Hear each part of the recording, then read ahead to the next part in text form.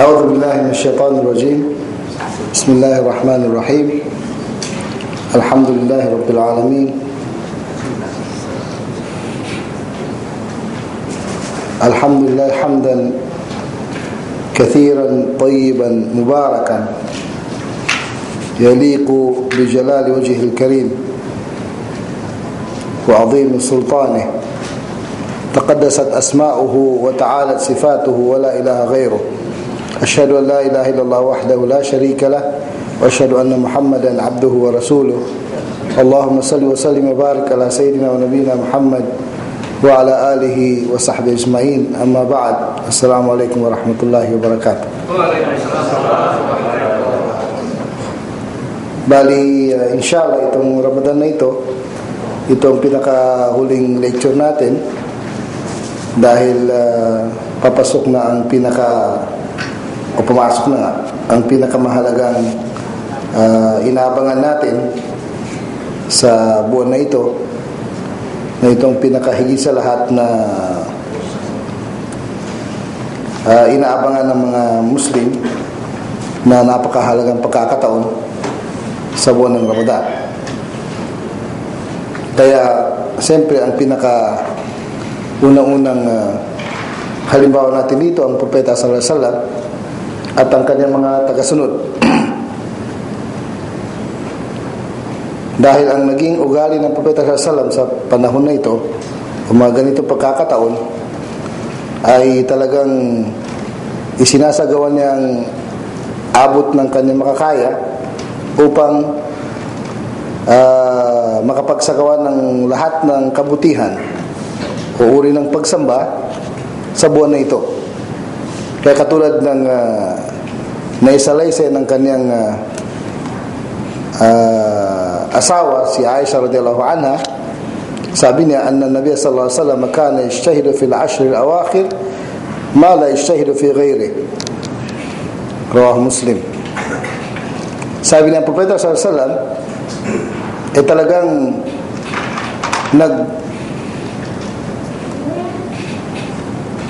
matindi ang kanyang pagsagawa ng kabutihan, o ibig sabihin siya ay nagsumikap na gumawa dito sa pinakahuling 10 araw ng buwan ng Ramadan o sa pinakahuling 10 gabi na kung saan hindi na ginagawa sa anumang panahon. Ibig sabihin dito ang pinakamatindi. Pangalawa ay hadith din na nabanggit ni Aisha. Sabi niya, kana Nabi sallallahu alaihi wasallam idza dakhala al-ashr shadda mi'zarahu wa ahya laylahu wa ayqadha ahlahu, muttafaqun alayh. Sabi na kapag dumating ang itong huling 10 araw, huling 10 gabi ng Ramadan, ay shadda mi'zarahu. Ibig sabihin, tinatalian na mahigpit ang kanyang baywang. Ang punto ng sabi sa wikang Arabic, yun ang term na ginagamit sa ibig sabihin, lumalayo siya sa kanyang asawa. Yun ang kahulugan nun. Shadda mi'zarahu wa ahya layla. Ibig sabihin, ahya layla, hindi siya natutulog sa gabi. O halos hindi siya natutulog sa gabi. Wa ayqadha ahlahu, at ginigising na ang kanyang pamilya. Ibig sabihin, sinasama niya ang kanyang pamilya sa pagsagawa ng anumang uri ng pagsamba, lalo-lalo na tinatawag na Qiyamul Layl, sa gabi ng huling 10 araw na ito ng Ramadan.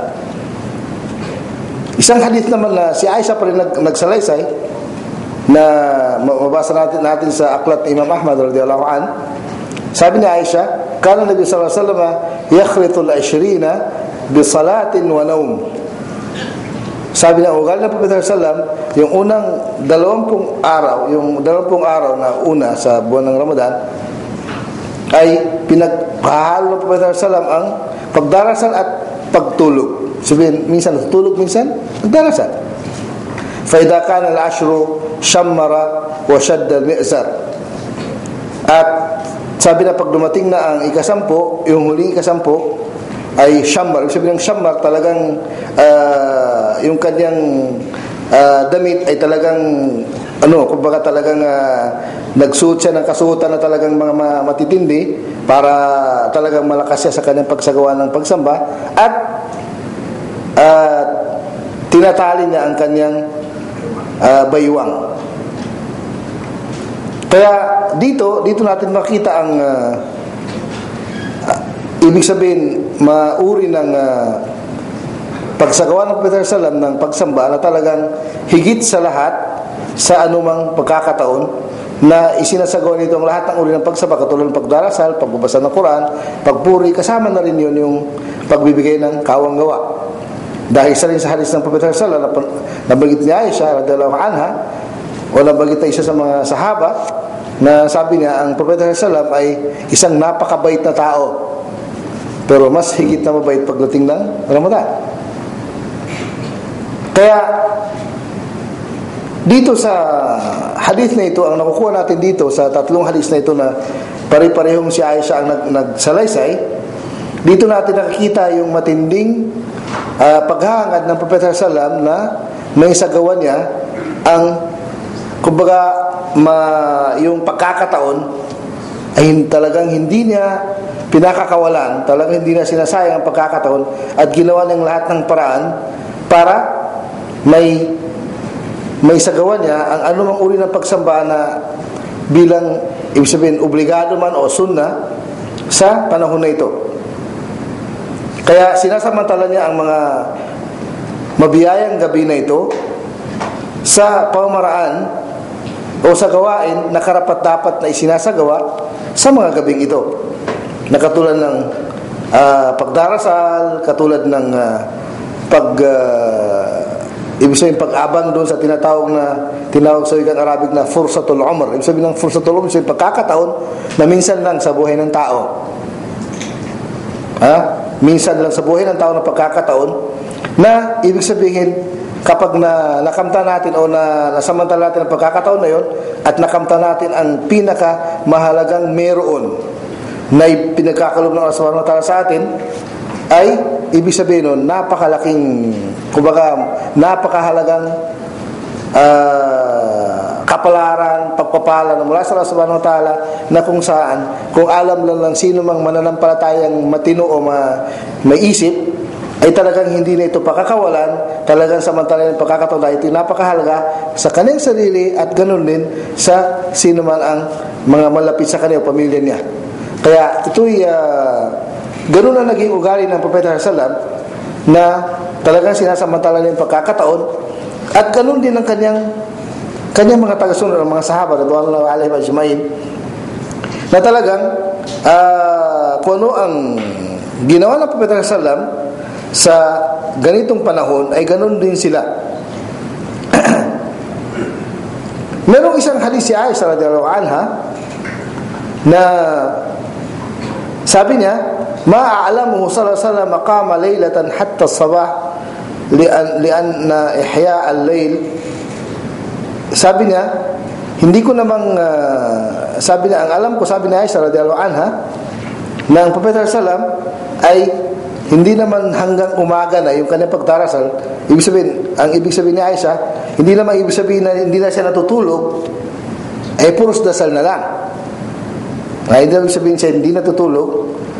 Yun ang sabi ng mga scholar ng hadith doon sa ibig sabihin ni Aisha, hindi na ngahulugan na buong magdamag nagdarasal na lang, kundi lahat ng uri ng pagsamba na makumpisa siyempre sa pagdarasal, pagsasala, na katulad ng Qiyamul Layl, kasama na doon ang pagbabasa ng Quran, kasama na doon ang mga pagbigas ng maraming mga papuri sa Allah subhanahu wa ta'ala, kasama na ron yung ibig sabihin pagbigay ng mga magagandang papayo sa kanyang mga tagasunod, at kasama na ron yung kanyang kasama nung kanyang pagbibigay ng kawang gawa sa sino man ang nangangailangan. Kaya nung sinabi ng Propeta sallam na ginigising na ang kanyang pamilya, ibig sabihin ginigising na ang kanyang kanyang mga asawa, ibig sabihin nagpapatunay na talagang ganun siya kahalaga, na hindi lang sarili niya ang gusto niyang magsamantala ng pagkakataon, kundi gusto niya ang buong pamilya niya ay isasagawa ito. Kaya Ano ang bakit kailangan natin samantalahin ng pagkakataon ito? Dahil nandito nga, kumbaga sa unang bahagi ng Ramadan, katulad nung nabanggit natin na noon na hadith, na sabi ng Propeta sallallahu alaihi wasallam ay awa, at pangalawang bahagi nito ay kapatawaran, at ang itong huling bahagi niya ay kaligtasan mula sa impyernong apoy. Na kung saan, sino man ang may tala ang kanyang pangalan doon sa mga listahan ng maliligtas mula sa impyernong apoy, ibig sabihin nun, talagang na hindi na mababago, manatili na siyang ganun. Kaya ibig sabihin mga kapatid, ang sino man ang tao na makamtan niya ang anumang biyaya ng Allah subhanahu wa ta'ala, pagpapala ng Allah subhanahu wa ta'ala sa panahon na ito, ay yun ang ikaliligaya niya mula dito, lalo-lalo na sa kabilang buhay. Ibig sabihin, makakamtan niya ang tunay na kaligayahan, hindi lang dito kundi hanggang sa kabilang buhay. Subalit, sino naman ang nagpabaya at hindi na sinamantala ang mga ganito pagkakataon, siya ay talagang pagsisisihan niya ang anuman lang pabaya na kanyang ginawa, na katulad ng nakikita natin sa maraming mga Muslim na kumbaga sinasamantala yung pagkakataon sa ibang bagay. Sa halip na ang nakikisama sila sa mga nagdarasal, ay iba't ibang kanilang ginagawa, hindi nila sinasamantala yung pagkakataon. Kaya lalo-lalo na yung tinatawag na Qiyamul Layl, makita natin ang nagdarasal ay kukunti lang. Kung tingnan mo yung marami Muslim, kung hindi abala sa kanyang anumang makabundong gawain, ay abala sa kanyang hanap buhay o sa pagtulog. Halimbawa, baka nagdarasal ang mga tao at siya naman ay natutulog. Kaya nga doon sa merong hadis ng Propeta sallallahu alaihi wasallam na hindi lang sa Ramadan kundi pang kalahatan ng hadith, sabi niya, ya ayuhan nas, o kayong mga tao, afsus salam, ipamahagi niyo ang kapayapaan o yung salam, ang pagbabati ng salam, wa at'imut ta'am, at magpakain kayo ng, sabihin, magbigay kayo ng kawanggawa sa mga nangangailangan, wasilul arham, at pagtibayin nyo ang ugnayan nyo sa inyong mga kamag-anak, yung tinatawag na silatul rahim. At ang huli sabi niya, wasallu bil layli wan nasu niyam, at magdasal kayo sa gabi habang ang mga tao ay natutulog, tadkhulul jannata bisalam, at kayo makakapasok ng paraiso ng mapayapa. Allahu Akbar. Sabihin yung apat na gawain na yun na napakahalaga, kasama doon yung tinatawag na salatul layl o yung qiyamul layl, na isang dahilan ng pagpasok sa paraiso. Kaya ang naging problema kasi ng karamihan sa mga tao, katulad nga na nabanggit na natin, na nakatali nga si Shaitan. Nakatali si Shaitan, oo. At hanggat hindi ka pa isip na gumawa ng anumang maling gawain o lihis na gawain, ay wala siya magagawa sa iyo. Pero once na sino man nang makapag-isip ng kumbaga anumang masamang gawain, kagad nandun si Shaitan. Kaya ang punto doon, ibig sabihin yung mga karamihan sa mga tao, ibig sabihin karamihan sa mga Muslim na hindi nila pinapahalaga ang pagkakataon na ito. Kumbaga hindi nila sinasamantala ang pagkakataon na ito. Kabilang sila doon sa nailihis ni Shaitan. Dahil si Shaitan ay hindi na kayang ilihis ang sino mang sino mang tao na malinis pa ang kanyang intention sa pagsagawa ng kabutihan. Siya ang nagsabi noon, ayon sa banal na Quran, si Shaitan ang nagsabi. At sinabi ng Allah subhanahu wa ta'ala sa kanya, sabi ng Allah, inna ibadi laysa laka alayhim sultan. Katulad ng aking mga alipin, sabi ng mga malilinis na kalooban na talagang nagpapaalipin sa Allah subhanahu wa ta'ala, ay walang magawa si Shaitan. Illa manittaba'aka minal ghawin.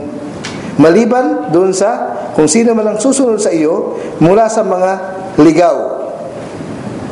Ibig sabihin, ang sino mang tao na magpakaligaw, ayun lang kayang iligaw ni Shaitan.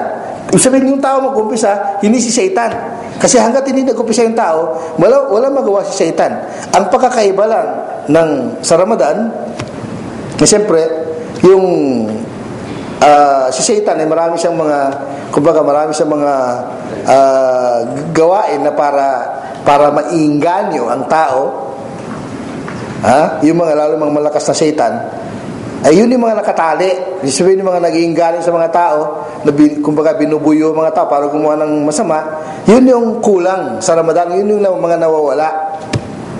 Kaya lang, once na ang tao ay nag-umpisa na sa kanyang maling gawain, nandun kagad. Lalakas na si Satan. Para ba ngayon lang pang palakas niya kapag ang tao nakapag-isip na gumawa ng masama.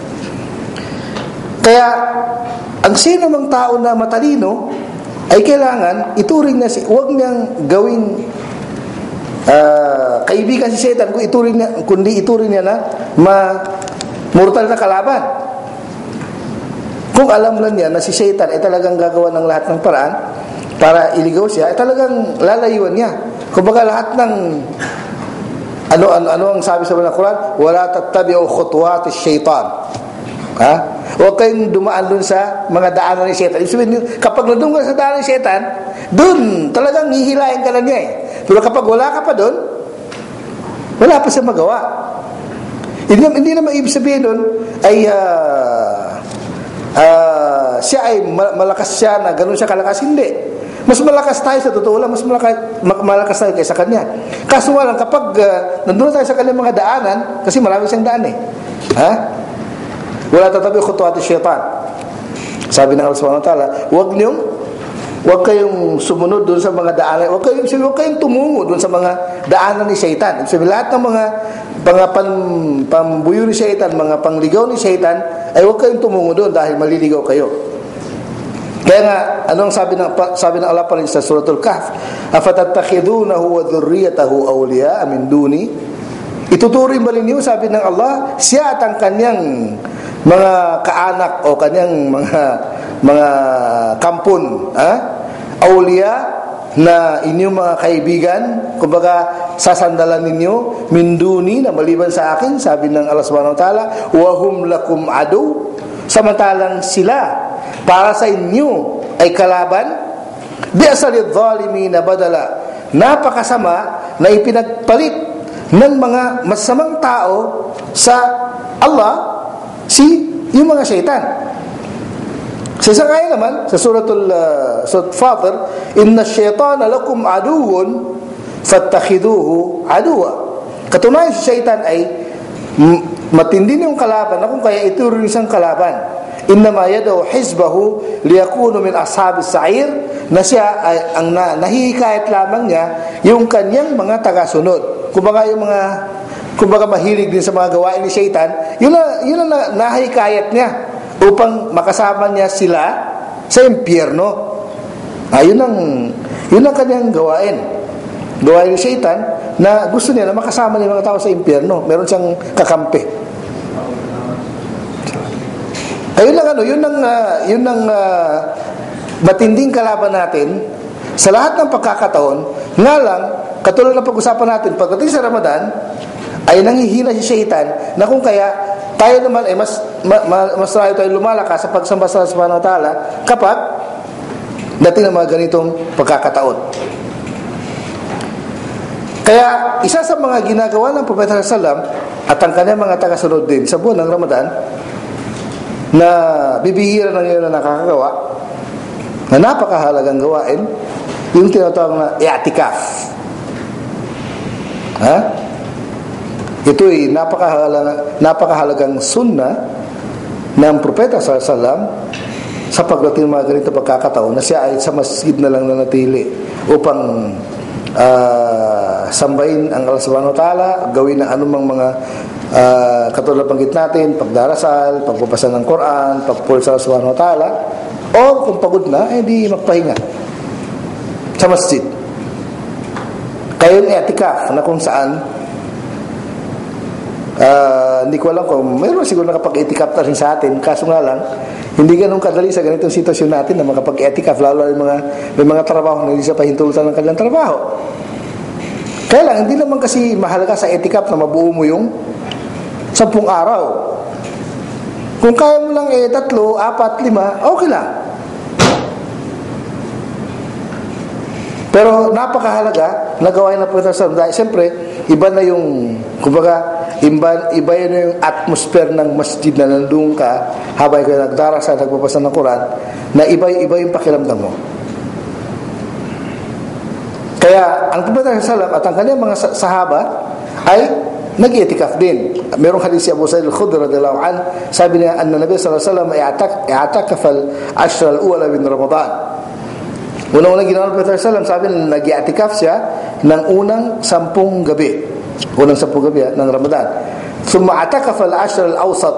Pagkatapos ay nag-i'tikaf din siya nung kalagitnaan ng Ramadan. Thumma qala inni a'takifu al-ashr al-awwal altamisu hadhihi al-layla. Sabi ng Prophet sallallahu alaihi wasallam, sabi na ang dahilan ako'y nag-i'tikaf sa unang 10 araw dahil inaabangan ko yung Laylatul Qadr. Thumma i'takaf al-ashr al-awsat. Pagkatapos sinundan ko ng pangkalagitnaan ng Ramadan, yung kalagitnaan 10 araw. Thumma ataitu faqila li, pagkatapos sabi niya, sinabi sa akin, innaha fil ashr al-awakhir. Sinabi sa propeta, ibig sabihin, no? Sino magsasabi sa kanya? Siyempre, yung nagdadala ng wahi.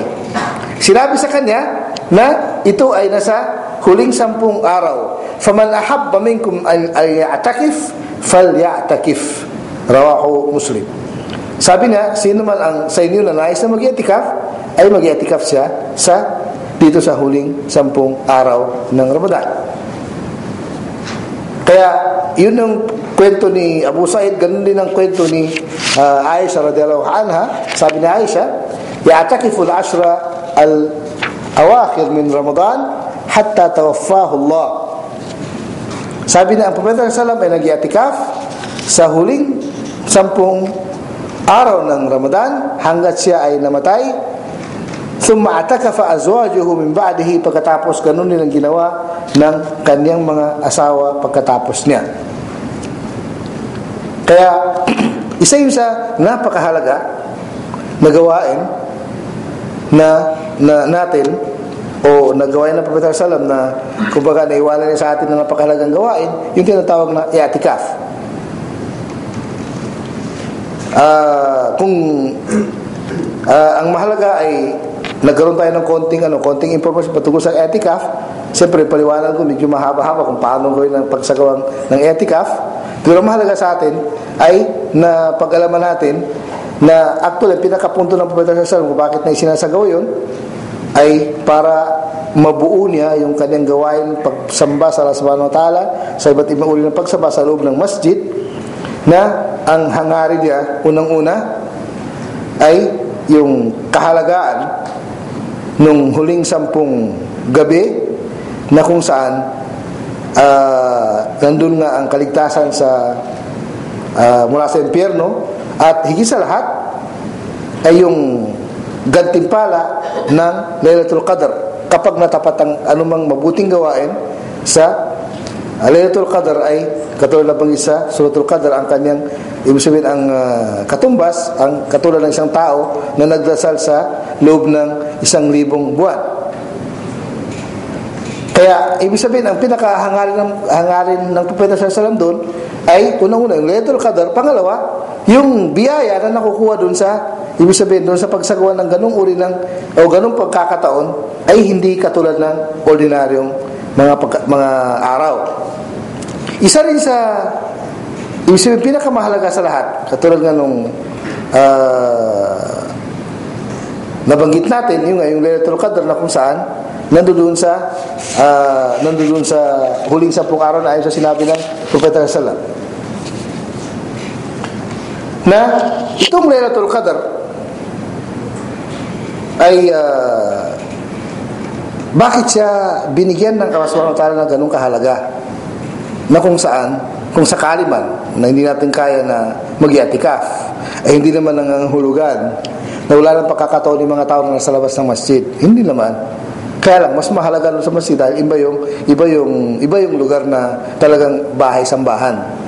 Kaya bakit ganun kahalaga ang Laylatul Qadr na talagang actually kasi ang unang-unang kahulugan ng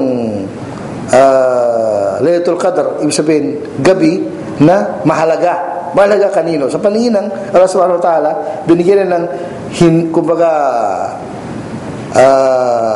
matinding kahalagahan. Kumbaga iba ang pagpapahalaga ng Allah Subhanahu wa Ta'ala sa gabing ito. Ano ang dahilan? Unang-una, ito'y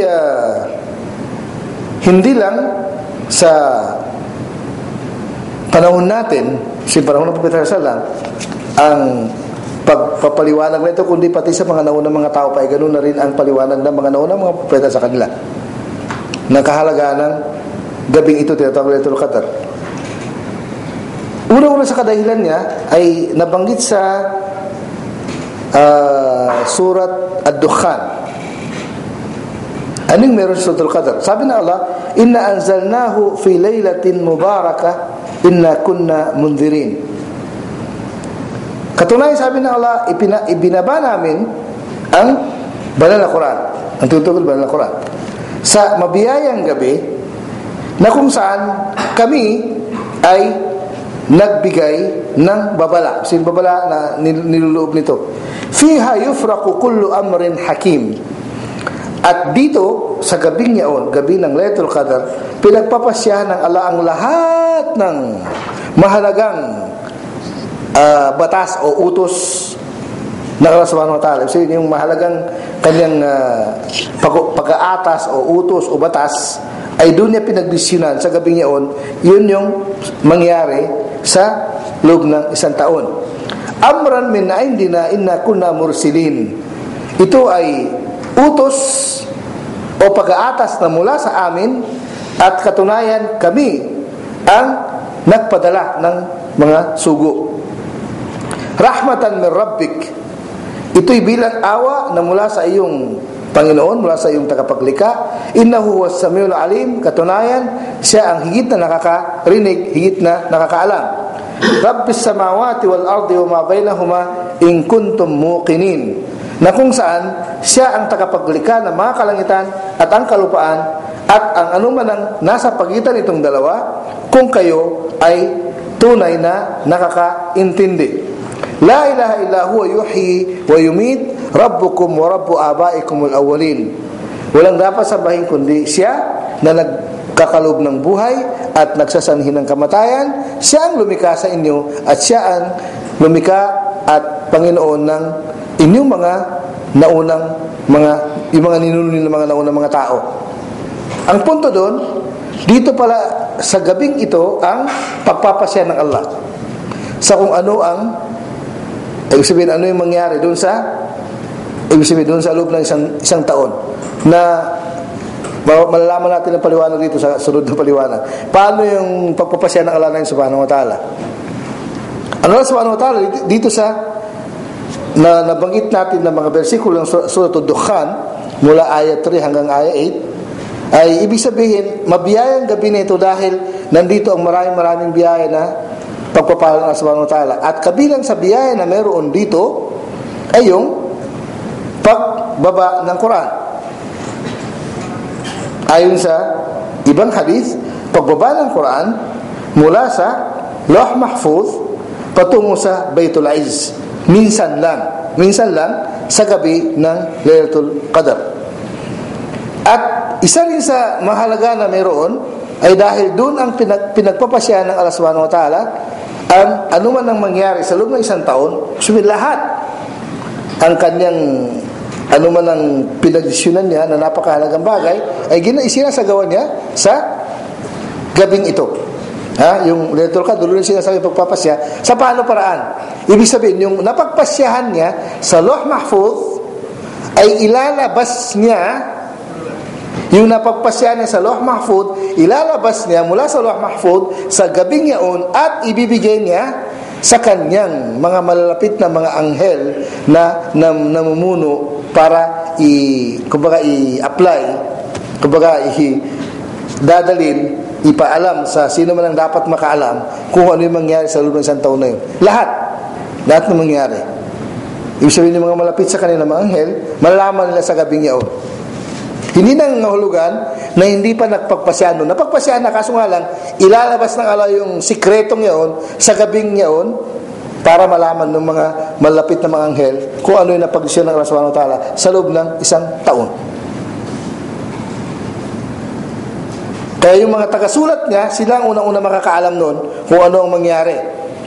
Kasama doon sa mga nandoon na mangyari, katulad nung kabuhayan natin, katulad nung kailan tayo mamamatay, masama, mabuti, at iba pa, na yun ay sinabi dito, lahat ng mahalagang pangyari na ipag-atas ng Allah subhanahu wa ta'ala, kasama na doon yung kanyang batas, na kung saan walang pagkakamali at walang kulang. Ito ay katotohanan na mula sa kanya na kanyang pinagpasyahan. Kaya nung sinabi niya yung Suratul Qadar, anong sabi niya? Inna anzalnahu fi lailatul qadr. Katunay, pinabiba namin ng Quran sa gabing Lailatul Qadr na ito. Wa ma adraka ma Lailatul Qadr. Hindi mo alam kung ano talaga yung kahalagaan at ano talaga yung tinatawag na Lailatul Qadr. Si Prophet Muhammad hindi niya alam. Lailatul Qadr khairu min alf shahr.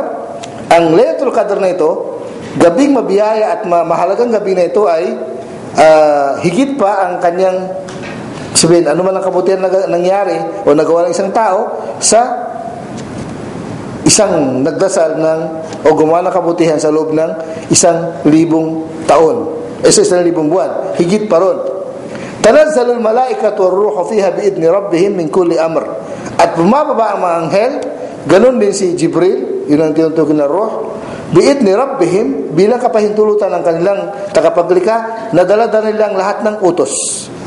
Salamun hiya hatta matla'il fajr, na magkaroon ng tunay na kapayapaan hanggat paglitaw ng fajr.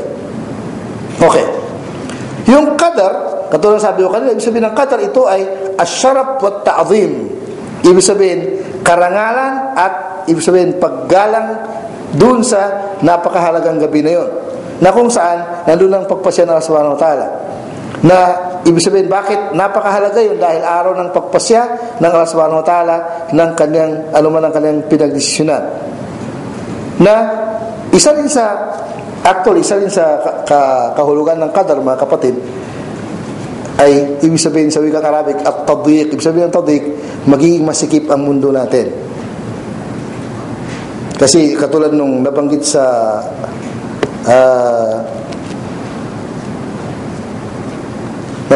sa kwento ni Yunus alayhis salam, na sinabi doon, wa dhanna allan naqdir alayh, ayon sa Surah Al-Anbiya. Sabi na, inisip ni Yunus na hindi namin siya hihigpitan. Hindi mo sabihin naqdir alayh doon, wala na maging masikip yung balyena para hindi siya makahinga. Alam na yun, alam ni Yunus, dhan dito, ibig sabihin ng dhan dito, etikad, paniniwala. Naniwala si Yunus alayhis salam na hindi kami nang alam na maging masikip yung tiyan ng isda. Wa dhanna allan naqdir alayh. Yun ang talagang kahulugan nun. Sabihin, hindi maging masikip yung para sa kanya yung loob ng tiyan ng balyena. Okay, anong relation dito sa qadar? Naqdir alayh. Ibig sabihin, ang qadar, sabi ng mga mufassirun, isa sa kahulugan nito, magiging masikip ang mundo. Sa paanong paraan? Sisikip sa dami ng mga anghel na bababa doon sa gabing yaon. Allahu Akbar. Sisikip ang mundo natin. Siyempre hindi natin nakikita. Pero sa dami ng anghel na bababa. Kaya dito, tanazzalul malaika, sabi sa Suratul Qadr, bababa ang mga anghel. Yung mga anghel na yon ay sila magpasakip ng mundo sa dami nila. Allahu Akbar. Kasama nila si Jibril, war-ruh fiha, sa gabing yaon.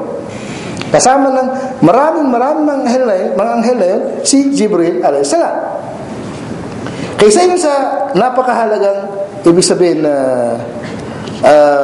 kahulugan nung Lailatul Qadr ay dahil nga sa bakit naging mabiyaya yung gabing yaon sa lahat, kasi sa halip na ang dadami ay Satan, mga anghel ang dadami.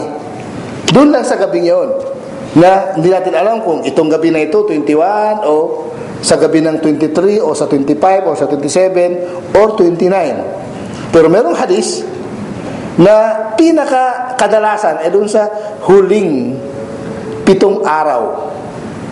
Huling 7 araw ay mag-umpisa ng 25, 24, 25 hanggang katapusan. Okay. Itong mga anghel na kung saan sila ang tunay na mga alipin ng Allah sa pakahulugan, na ang kanilang pagsamba ay tuloy-tuloy. Hindi sila lumalabag, kundi tuloy-tuloy ang kanilang pagsamba. Sabi nga sa Suratul Anbiya, la yastakbiruna an ibadatihi wa la yastahsirun. Hindi sila nagmamataas sa kanilang pagsamba sa Allah subhanahu wa ta'ala, at hindi sila ngihinayan. Yusabbihuna al-layla wan-nahar la yafturun. Sila ay pumupuri sa Allah gabi at araw at walang tigil, tuloy-tuloy. Kaya yun ang ibig sabihin, kaya yung talagang lubos na lubos yung biyaya sa gabing yaon, Laylatul Qadr, dahil yung mga mabiyayang nilikha ng Diyos, mga banal na nilikha ng Diyos, na mga anghel na sumusunod lang sa kautusan ng Allah subhanahu wa ta'ala, ay sila ay bumababa, kasama nila si Jibril alayhis salam. At sabi ng Allah subhanahu wa ta'ala, salamun hiya hatta matla'il fajr. Ibig sabihin, yung kapayapaan na yun, lalo sa mga mananampalataya, ay manatili hanggang sa paglitaw ng Fajr. Ano yung salam na yon? Isa sa napakahalagang salam na yon na nabanggit doon, yung pagligtas ng Allah subhanahu wa ta'ala sa maraming mananampalataya mula sa impyernong apoy, mula sa parusa ng Allah subhanahu wa ta'ala, ay yung kung gabi-gabi, dalawa kasi yung hadis na nabanggit patungkol sa pagligtas ng Allah, na may mga taong napipili araw-araw o sa bawat gabi, gabi-gabi o araw-araw. Pero merong isang hadis na nabanggit ni Sheikh Nasruddin Al-Albani na authentic, ayon sa kanya na hadis, ay ang desisyon ng Allah sa isang araw ay dalawa. Merong araw, merong gabi. Pero ang pinakamarami na pagpasyahan ng Allah subhanahu wa ta'ala na ililigtas mula sa impyernong apoy ay sa Laylatul Qadr. Kaya ibig sabihin yung buong mula umpisa ng gabi hanggang, kasi ayon din sa sabi ng mga karamihan sa mga scholar ng Islam, sabi nila ang tinutukoy dito yung buong gabi, kasi mula sa umpisa ng gabi hanggang Fajr ay tuloy-tuloy ang paglista ng mga tao na iligtas ng Allah subhanahu wa ta'ala hanggang sa pagsikat o paglitaw ng Fajr. Kaya kung titingnan natin ang sura na ito, na napakaiksing sura pero napakahalaga, itong Suratul Qadr, unang-unang kahalagaan niya ay dito ibinaba ng Allah subhanahu wa ta'ala ang banal na Quran, na kung saan nandirito sa banal na kasulatan na ito ang tunay na, ibig sabihin, kapayapaan, kaligayahan para sa sangkatauhan kapag sinunod nila ay nandito. Pangalawa, na napakahalaga na meron dito, ipinapakita ng Allah doon sa pagsabi na sa Propeta sallallahu, wa ma adraka ma Laylatul Qadr. Hindi mo alam o wala kang alam kung ano talaga yung Laylatul Qadr, gabi ng Qadr. Sinabi ng Allah sa Propeta sallallahu, ibig sabihin, ganoon siya kahalaga ng Propeta sallallahu, may talagang wala pa siyang alam patungkol doon kung hindi sinabi ng Allah sa kanya. Pangatlong kahalagaan niya ay yung sinabi na khairum min alfi shahr. Ibig sabihin, mas mahalaga pa ito doon sa pagdarasal sa loob ng, ibig sabihin, 1,000 buwan. Ayon sa pag-compute ng mga magaling mag-compute ay more than 83 years. Okay. Isa rin sa kahalagaan niya, o pangatlo o pang-apat na kahalagaan niya, ang mga anghel ay bumababa. At ang mga anghel, alam natin, kapag sinabing mga anghel na ginagamit yung, kasi yung malaika ay plural. Kapag sinabi kasi na ginagamit yung malaika, kasi mga anghel, ayon sa term na pagpapaliwanag na Allah subhanahu wa ta'ala, mabasa natin lalo sa Banal na Quran, ang tinutukoy doon, pagbaba na dala-dala nila ang mga biyaya at pagpapala ng Allah subhanahu wa ta'ala. Dala nila ang khair at saka baraka at saka rahma. Dala nila ang kabutihan, dala nila ang biyaya, dala nila ang awa ng Allah subhanahu wa ta'ala at pagmamahal. Okay, panglima na kahalagaan din nito ay yung kapayapaan, unang-unang kapayapaan para sa lahat, ay ibig sabihin yung kapayapaan para sa lahat sa loob ng gabing iyon, dahil sa halip na kumbaga dadami ang setan, ang pinakamaraming mga anghel, hanggang sa paglitaw ng Fajr. Pero ang pinakamahalaga na kapayapaan na meron doon, yung kapayapaan ay pagkakalob ng Allah subhanahu wa ta'ala, sino man ang kanyang nais, sino man ang kanyang mapagpasyahan na ililista doon sa listahan ng mga pinatawad, niligtas sa impyernong apoy, ay tuloy-tuloy ang paglista na yun hanggang sa paglitaw ng Fajr. Isa rin sa kahalagaan ng gabing yaon ay talagang ibinukod ng Allah ang isang maiksi na napakahalagang kabanata ng Banal na Quran ay patungkol lang sa gabing ito, yung Suratul Qadar. Kaya ano ang sinabi ayon sa hadis na nabanggit natin, hadis ni Abu Hurairah radhiyallahu an, sabi niya, ayon sa sinabi ng Prophet sallallahu alaihi wasallam, man qama lailatul qadri imanan wa ihtisaban ghufira lahu ma taqaddama min dhanbi. Yun ang pinakamahalaga na simpleng paliwanag pero napakahalaga.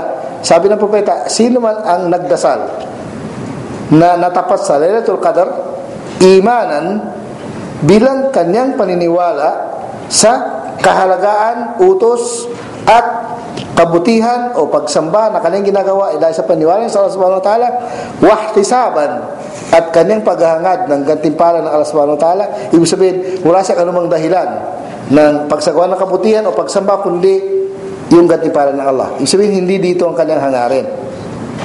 Ghufira lahu ma taqaddama min dhanbi, patatawarin sa kanyang lahat ng kanyang kasalanan. Allahu Akbar. Hadith na muttafaq alay na ni Bukhari at saka si Muslim.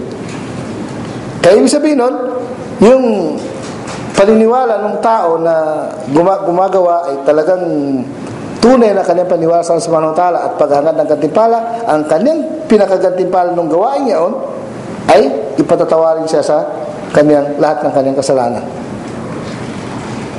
Siyempre, kung i-compare naman yung pagpapatawad sa lahat ng kasalanan sa doon sa paglista, mas maganda yung paglista. Kasi pag nakalista na, hindi na yung mabubura. Mas mahalaga yung paglista kaysa pagbura ng kasalanan. Kasi ibig sabihin, nabura, hindi na nangahulugan na hindi ka na makakasala ulit. O hindi na nangahulugan, hindi na mabago yun.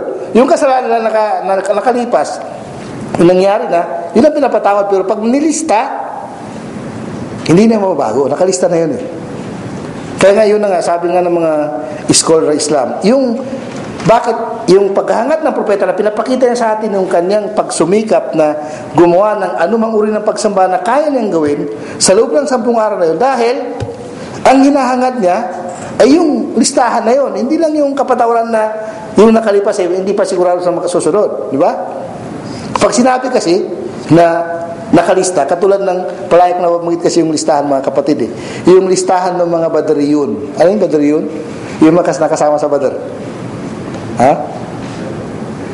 Ano kasi kung mababasa niyo yung mga kwento, yung mga argumento patungkol sa mga sahaba doon sa mahigit 300, kapag nakagawa ng medyo questionable ba na gawain, ano ang sasagot mo iba? Hindi kasi walang problema kasi Badri siya Badri. Sabihin ng Badri, hindi yung maaga. Sabihin, kasama sa labanan sa Badr. Kaya, hindi masyadong questionable. Halimbawa, katulad ni sabihin natin, sila Muawiyah, sino-sino pa mga sahaba, hindi kasi Badri yun. Ibig sabihin, tapos na yun. Kung baka ano man ang kanilang pagkakamali, kung pagkakamali yun na ijtihad. Sabihin ijtihad, sila ay, yun na kanilang nakita na tama, yun pala mali. Kung baka pinatawad na ng Allah yun, kasi tapos na sila sa at saka ang katibayan kasi talaga ng mga sahaba patungkol doon, yung hadis ng Prophet sallallahu alaihi wasallam, sabi niya, minsan ang Allah ay tiningnan niya yung mga Badriyin, ay mga nakipaglaban sa Badr, at sabi na sa kanila, sa sila lang i'amalu ma syi'tum faqad ghafartu lakum, gawin na niyo yung gusto niyo dahil pinatawad ko na kayo. Kaya yun ang napakalino na halimbawa doon sa mga nakalista. Kasi malino yung pagpapaliwanag ng Prophet sallallahu doon sa mga nakalista na yun. Siyempre, unang-una nakalista, yung unang-una mga kapasok na 10. Ha?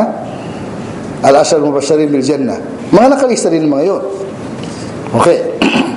Kaya yun yung kahalagahan ng listahan na yun. Nadala, siyempre kasama sa bawa pa siyempre yung mga tagalista. Yung hindi lang yung tagalista na ordinary. Yung talagang special na para lang doon sa mga pinatawag ng Allah subhanahu wa ta'ala, sila yung magdadala ng listahan. Okay, doon sa pagkamit natin ng ganung gantimpala, ay kailangan ba na kumpleto yung ating kaalaman patungkol sa bagay na yun? O kahit yung mga hindi na masyadong alam ay magkakamtan pa rin na yung gantimpala? Ayon sa paliwanag ng mga scholar ng hadith, kahit yung mga kulang ng kaalaman, hamaga sincere sila, hindi buo yung kanilang kaalaman patungkol sa bagay na yun, ay kasama pa rin sila. Hindi na may sabihin nun dahil sa kulang pang kanilang kaalaman, hindi sila maaaring makasama. Kasama pa rin sila kapag sila ay sincere sa pagsagawa ng mga ganung gawain, lalo yung pagdarasal sa gabi, sa huling 10 araw na ito, kahit hindi buo ang kanilang kaalaman patungkol sa bagay na yun, ay makakamtan pa rin nila. Kaya dito sa mga paliwanag natin na ito, napapatunayan natin na walang duda na ang banal na Quran ay ibinaba sa Lailatul Qadr, na ibig sabihin na Lailatul Qadr ay nasa buwan ng Ramadan. Walang duda na ang banal na Quran ay ibinaba sa buwan ng Ramadan. Kaya ano mga hadis na sinabi ng propeta patungkol sa bagay na ito? Unang-una dito, merong hadis dito si Abu Dharr al-Ghifari radhiyallahu anhu. Sabi niya, "Ya Rasulullah, Rasul, akhbirni an Lailatul Qadr. Ahiya fi Ramadan am fi ghairihi?" Sabi niya, Rasulullah, yung Lailatul Qadr ba sa Ramadan lang o maaari mangyari sa ibang buwan? Sabi niya, "Bal hiya fi Ramadan." Sabi niya, sa Ramadan lang. Okay, tanong uli ni Abu Dharr. Qala takunu ma'al anbiya'i ma kanu fa idha qubidu rufi'at am hiya ila yaumil qiyamah. Sabi niya, ito ba ay para lang sa mga kumbaga piling-pili na mga propeta, sa mga katulad ng propeta sallallahu alaihi wasallam, ay isa sa mga pinili, o ito ay ibig sabihin para sa mga pinipili mga propeta kapag namatay na yung propeta na yun, tapos na, o hanggang sa yaumil qiyamah, araw ng pagkagulo ng daigdig. Sabi nga ang sabi ng Prophet sallallahu alaihi wasallam, bal hiya ila yaumil qiyamah. Ibig sabihin nun, ang nakuha natin doon sa ibig sabihin nun, mula pa nung kauna-una ang tao hanggang sa katapusan ng daigdig, ay yung Lailatul Qadr ay nangyari yung tuwing Ramadan at sa, ibig sabihin sa ganong mga panahon. Kaya lang, ayon naman sa paliwanag nung ni Sheikh Uthaymin rahimahullah, sabi niya, pero yung pinakamahalagang kahalagahan ng Lailatul Qadr ay para lang sa umma ni Prophet Muhammad sallallahu alaihi wasallam. Ibig sabihin nyo Lailatul Qadr ay talagang nandoon na at ganun, pero yung matinding kahalagahan niya ay para lang sa umma ni Prophet Muhammad sallallahu alaihi wasallam. Yun ang pagkakaintindi naman ni Sheikh Al-Uthaymin rahimahullah, na para lang sa umma ni Prophet Muhammad sallallahu alaihi wasallam. Kaya actually maraming hadith ang nabanggit ng propeta patungkol sa yung pag-abang sa Lailatul Qadr. Siyempre itong mga pangyayari ito mga kapatid, ay dito tayo sinusubok ng Allah subhanahu wa ta'ala. Siyempre yung mga sabihin natin medyo tamad ng konti, kapag nalaman ng 27 na lang siya. Pero ginawa ng Allah na hindi klaro kung sa pang 21 o pang 22 o 3 o saan doon. Unang-una sabi ng Prophet sallallahu alaihi wasallam, taharra Lailatul Qadr fil 10 al-awakhir min Ramadan. Yun ang unang-unang hadith. Sabi niya, abangan niyo ang Lailatul Qadr sa huling 10 araw ng Ramadan. Ang hadith niya nasa kay Imam, marami salaysay si Imam Ahmad, si Nasa'i, si Hakim, saka si Muslim, ay hindi na salaysay ng Muslim, pero meron siyang kaparehas. Kaya yun yung unang hadith. Pangalawang hadith, sabi na taharrat al-qadr fil witri min al-ashr al-awakhir min Ramadan. Abangan niyo Lailatul Qadr dun sa witr. Sabi ng witr 21, 23, 25. Dun sa huling 10 araw ng gabi. Yun naman ay makikita natin ang hadith na yun sa Bukhari. Ay yung una pala yung muttafaq alayh, pangalawa ay kay Bukhari. Kaya isang hadith naman, hadith ni Ibn Umar radhiyallahu anhu na sabi niya doon sa huling 7 araw. Inalisa nilang 3. Huling 7 araw. Paano nangyari yun? Sabi ni Abdullah ibn Umar, uru laylatul qadri fil manami fi sab'il awakhir. Sabi na mayroong mga sahaba, al-rijal min as-sahaba, uru laylatul qadri fil manami fi sab'il awakhir. Sabi na mayroong mga sahaba na nakita nila sa panaginip, hindi lang isang sahaba, pinakita sa kanila sa panaginip na ang Lailatul Qadr ay sa huling 7 araw. Faqala Nabi sallallahu alaihi wasallam, ara uriyakum qad tawata'at fi as-sab'il awakhir. Sabi na sa tingin ko, sabi ng Nabi sallallahu alaihi wasallam, ay yung inyong panaginip ay tumugma doon sa ayon sa ibig sabihin sa alam nila ng Propeta sallallahu alaihi wasallam na yun nga sa huling 7. Faman kana mutaharriha falyataharraha fi as-sab'il awakhir. Na kung kaya sino man ang talagang gusto niya talagang abangan Lailatul Qadr ay gawin niya sa huling 7 araw. Sabi naman ni Muslim, sa hadis ni Muslim, itong hadis na nabanggit natin ay muttafaq alayh sa Bukhari at sa Muslim. Nabi sallallahu alaihi wasallam qala iltamisuha fil ashr al-awakhir fa in da'afa ahadukum aw ajasa fala yaghlibanna ala as-sab'il bawaqi. Yun ang kaparehas na sa Sahih Muslim. Sabi ng Prophet sallallahu alaihi wasallam, abangan ninyo ang Lailatul Qadr sa huling 10 araw, subalit kapag medyo nangihina kayo ay pilitin na lang ninyong abangan sa huling 7. Kaya dito marami tayong mababasa. Meron pang hadis ni Ubay bin Ka'ab. Sabi ni Ubay bin Ka'ab annahu qala wallahi inni la a'lamu ayu laylatin hiya. Sabi niya, sumusumpa ako sa Allah, alam ko kung saan gabi nangyari ang Lailatul Qadr. Hiya laylatul lati amara Rasul sallallahu alaihi wasallam bi qiyamiha, na kung saan gabi na inutusan kami ng Prophet sallallahu alaihi wasallam na magdasal. Hiya laylatul 27. Kaya siguro ito yung pinanghawakan ng 27, na pagdating ng 27 punong-punong haram. Itong hadis ni Ubay bin Ka'ab. Itong hadis ni Ubay bin Ka'ab ay si Muslim ang nagsalaysay. Hindi sabihin authentic na hadis. Kumbaga talagang mashallah. Kaya yun ang sabi naman ni Ubay bin Ka'ab, na sabi niya, alam ko kung kailan, dahil inutusan kami ng Propeta sallallahu alaihi wasallam na magdasal ng Qiyamul Layl, at ito isa pang 27 ng Ramadan.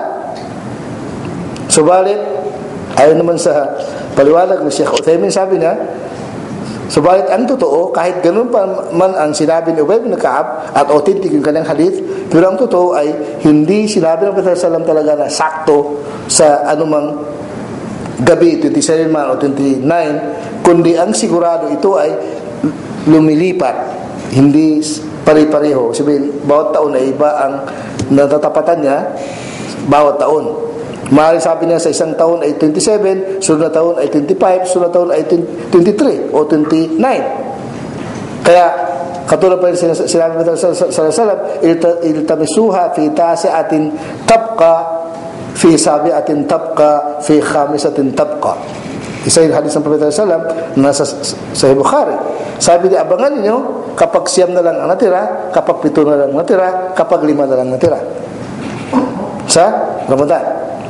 At sabi ni Bukhari, o sabi ni hindi si Bukhari, si Ibn Hajar sa Fathul Bari, sabi niya, arjahul aqwali annaha fi witrin min al-ashr al-akhiri wa annaha tatanaqqal. Sabi niya, ang talagang pinaka kumbaga pinaka-authentic na paliwanag dito sa pangyari na ito ay sa huling 10 araw doon sa witr, 21, 23, 25 hanggang 29. At ito ay lumilipat, hindi taon-taon ay isang araw lang, kundi maaaring 27 ngayon o 23 ngayon, susunod ay 25. At ano ang dahilan, sabi ni Sheikh Uthaymin, bakit ginawa ng Allah na ganun? Samantalang sinabi na kung gaano siya kahalaga, pero hindi na ginawang sakto lang na araw na ito, doon lang kayo. Sabi niya, ito'y awa ng Allah sa atin upang mapadami natin ang ating pagsagawa ng kabutihan. Habang tayo nag-abang, inabangan ng Lailatul Qadar, ay tuloy-tuloy tayo sa pagdarasal, pagpulisala, panalangin, pagbabasa ng Quran, pagsagawa ng kabutihan, pagmabuti sa kapwa, pagbigay sa mga nangangailangan. Nilihim ng Allah subhanahu wa ta'ala ng ganun para marami tayong magawa. Siyempre kasi kung isang araw lang, i-compare mo sa 10 araw, ay talagang malayo. Pangalawa, ay para matunayan kung sino ang totoo, sino ang matibay, sino ang matatag, na wala siyang pakialam kung 10 araw, 30 araw ang mga nag-aabangan niya.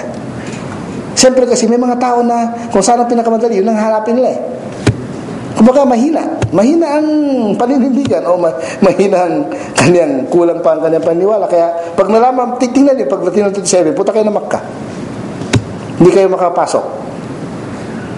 Hindi ko alam kung bakit gano'n nakatindi na hindi na mapurayo sa isip ng maraming Muslim yung halis ni Ubay ibn Ka'ab. Authentic yung halis, authentic siya, pero sabihin hindi na nga hulugan na 100% gano'n na nga. Allahu Akbar. Kaya yun ang paliwanag ni Sheikh Uthaymin rahimahullah. Sabi niya, unang-una ay para mapadami ang magawa natin. Kasi 10 araw. Pangalawa, ay para mapatunayan kung sino talaga yung matyaga, sinong matibay, sinong matatag, sino ang malakas, hindi tamad-tamad, na aabangan niya kung saan ang pinakabadal yun ang gagawin niya, kundi gagawin niya ang lahat para, ibig sabihin, makamtan na yun. At minsan din, bilang awa rin ng Allah subhanahu wa ta'ala sa atin, ay nagpapakitang Allah ng mga palatandaan, individually, hindi meron katulad nung nanaginip ng mga sahaba, ay tumapat. Sabihin, doon sa buwan na yun, tumapat. Tumapat doon sa buwan na yun. Pero, hindi sabihin nun ganun na palagi. Kaya isa dito, yung mga palatandaan, minsan ang Propeta sallallahu alaihi wasallam ay nanaginip siya, na nakita niya, na umaga, nagsujud siya sa putik. Napanaginipan niya. Na yung pagsujud sa putik na yun ay dahil sa yun na nga, nangyari yung Lailatul Qadr sa gabi niya. Yun pala, tama-tama, kinamagahan. Yung gabi na nga yun, sabihin, kinamagahan, umulan, kaya yung sala ng Propeta sallallahu alaihi wasallam ay naging putik, kaya nakapagsujud sa putik. At bukod doon ay maraming mga palatandaan na ibig sabihin, isa na sa mga palatandaan nun, tahimik na gabi. Isa sa mga palatandaan pagdating ng umaga, maliwanag pero hindi makita ang araw. Sabihin, hindi mo kaagad makita yung araw na nakalitaw, pero maliwanag siya. Yun yung mga palatandaan na ibig sabihin ang Lailatul Qadr ay yung gabi na yun. Marami pang palatandaan, pero ang pinakamahalaga doon, yung pakiramdam natin. Kasi kapag kumbaga tayo ay totoo talaga sa ating ginagawa at talagang sisita sa ating ginagawa, mararamdaman natin yun. Di ba paramdaman Allah subhanallah sa atin, Allah subhanahu wa ta'ala sa atin, kung yun ba ay yung nakalipas na gabi o yung kung saan yung nangyari na, mararamdaman natin. Depende yun sa yung lakas ng natin eh. Sabihin yung ikhlas natin. Kaya ngayon, yun yung mga hadis, yun yung mga pangyari. Ngayon, anong dapat natin gawin? Actually, marami tayong dapat gawin para samantalayan natin ang pagkakataon. Pero isa sa pinakamahalaga rito, mga kapatid, ay baguhin natin at linisin natin ang ating intention. Baka siguro natin ang intention natin talagang 100% tama.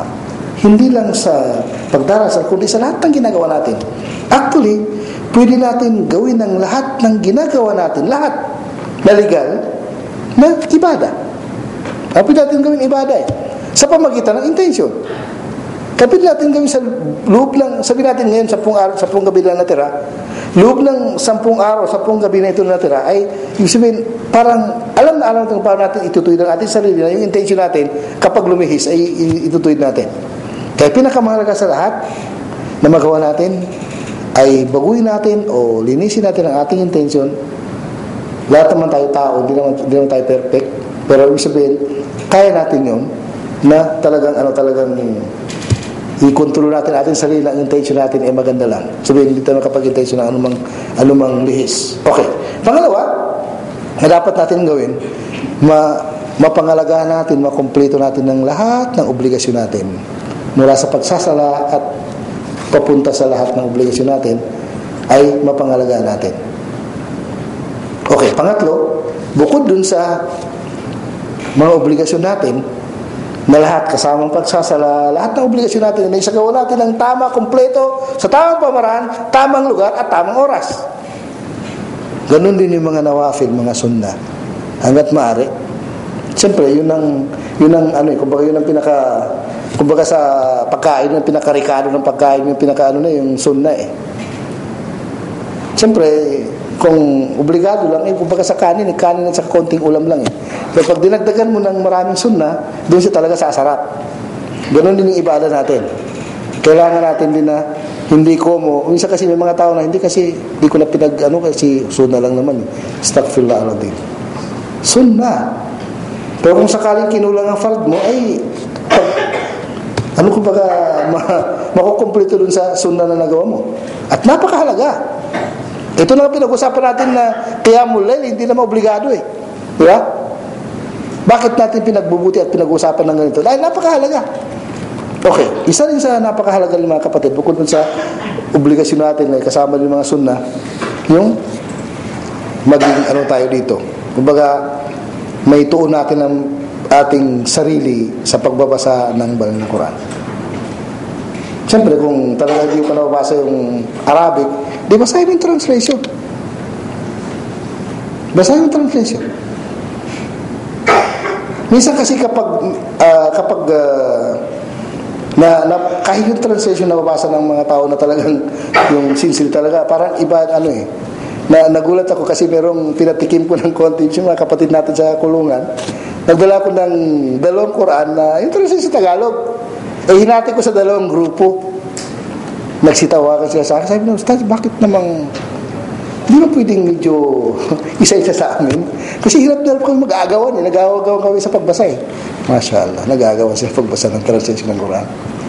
Nag-aagawan sila Pati yung mga taga Mindanao, ganun din. Sabi nyo, bakit sila lang mga baliksam, kami wala? Allahu Akbar. Kaya natutuwa ako, sabi ko, Masya Allah. Talagang, sabihin, ang punto ng mga kapatid, yun ang nagawa ng Ramadan Minsan, meron tawag sa akin, sabi ng Ustaz, katapos lang namin magtarawi dito sa loob ng kulungan, binabasa namin ngayon yung Quran, nagagawa ka kung sinong una magbasa. Kasi isa lang binigay mo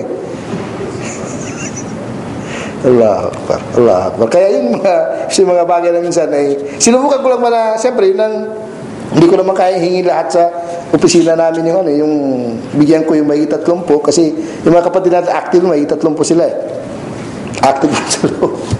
May 3. Meron sa kanila mga propagator doon sa loob. Yun na nga. Dala ko lang 2 meron 2 grupo, 2 sa 3. Tigisa sa kanila. Nagreklamo sila sa akin dahil agawan daw sila sa pagbabasa. Allah. Kaya sabi ko, Masya Allah, talagang tingnan ng nagawa ng Ramadan.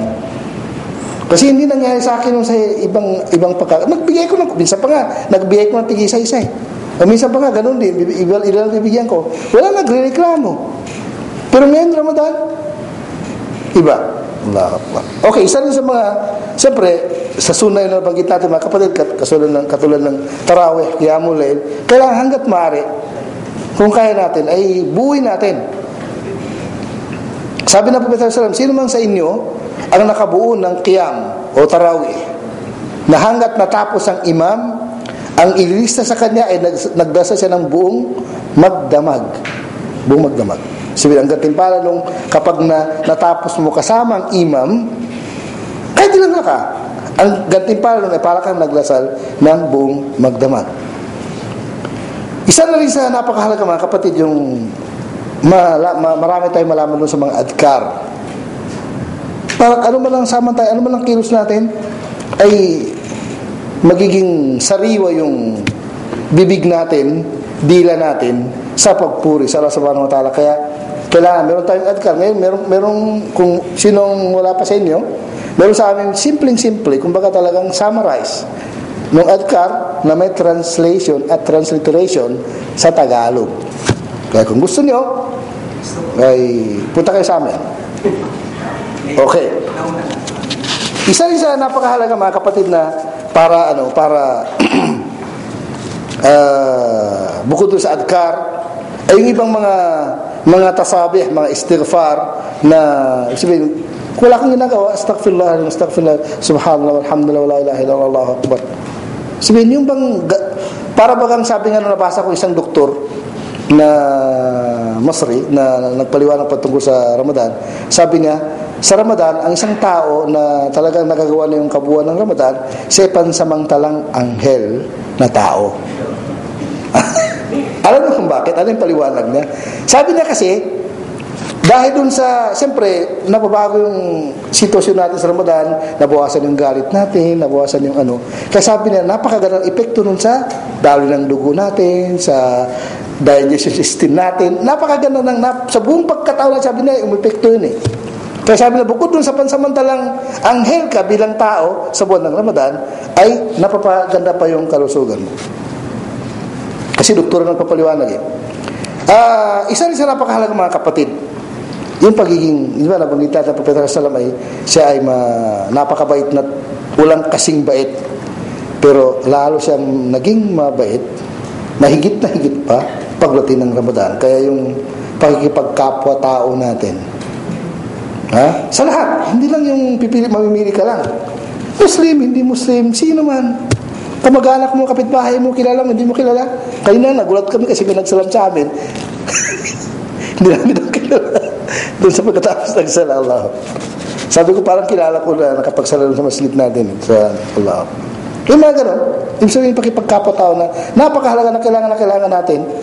At isa sa napakahalaga kapag tinatawag na islahu datil bayin. Yung mga gusot, yung mga mga hidwaan na konti, ayusin natin. Samantala natin pagkakataon na wala masyadong shaitan para yung linisin natin ng mga kalooban natin na wala tayong galit sa isa't isa. Sabihin, maging malinis ang lahat. Kasi pagkakataon na yun, samantala natin na itong madaling gawin eh. Kasi yung pagdating na ibang panahon, hindi na siya ganun kadali. At talagang subok na yun. Talagang itong na ito, napaka madali natin magawa. Isa rin sa napakahalaga mga kapatid, siyempre, yung tinatawag na silatul arham. Sabihin yung ugnayan ng magkakamag-anak. Kahit man lang matawagan mo lang lahat ng kamag-anak ko sa Pilipinas, kumasos ka na lang. Bakit? Pag sinabi bang silatul arham, may Muslim lang? Hindi, lahat mga kapatid. Matawagan mo, ay kuya, ay kapatid, ate, tita, kumusta na kayo dyan? Ha? Ano na, kasama na silatul arham yun eh. Matawag mo, kahit ngayon, text na lang. Although na mas maganda yung magkasagutan kayo ng maganda kaysa text lang. Ha? Samantala natin pagkakataon na ibig sabihin yung ginagawa mo meron siyang kasamang may kasamang biyaya ng Allah Subhanahu wa ta'ala, may kasamang pagpapala ng Allah Subhanahu wa ta'ala. Lahat ng kilos mo nandoon eh. Anong malay mo pag talong mo sa tiyuhin mo na hindi Muslim, sabi, kumusta ka natin? Ba't pamakin ko? Ba't hindi ako naalala? Ay, hindi kasi yung pamakin ng Muslim na yun eh. Ha? Bakit? Ano bang Islam? Hindi, napunta sa dawa. Allah pa. Kaysa yung sa napakahalaga mga kapatid. Ngayon, pinakahuli na yun din pinakamahalaga sa lahat para katulad ng sabi ng doktor na pansamantalang tayong anghel, pilitin natin sa awat na makakaya natin na magawa natin ng lahat ng obligasyon at makaiwas tayo sa lahat ng bawal. Siyempre, yun yung katulad siya sabi natin palagi na ang Ramadan ay kumbaga parang training ground na sinasana natin ang ating sarili na maging mabuti, ay samantala natin ang pagkakataon actually sa loob ng isang buwan na itong pinakamahalaga sa lahat, itong huling 10 araw na dapat na samantalahin natin. Yun ang pinilit ko na i-compress yung mga sinasabi ng mga scholar natin, lalo si Sheikh Uthaymin. Maganda kasi yung mga paliwanag na patungkol sa Ramadan. Ay yun na kaya natin. Maraming salamat sa inyo mga kapatid. Subhanakallahumma wa bihamdik, asyhadu an la ilaha illa ant, astaghfiruka wa atubu ilaik, wa jazakumullahu khair.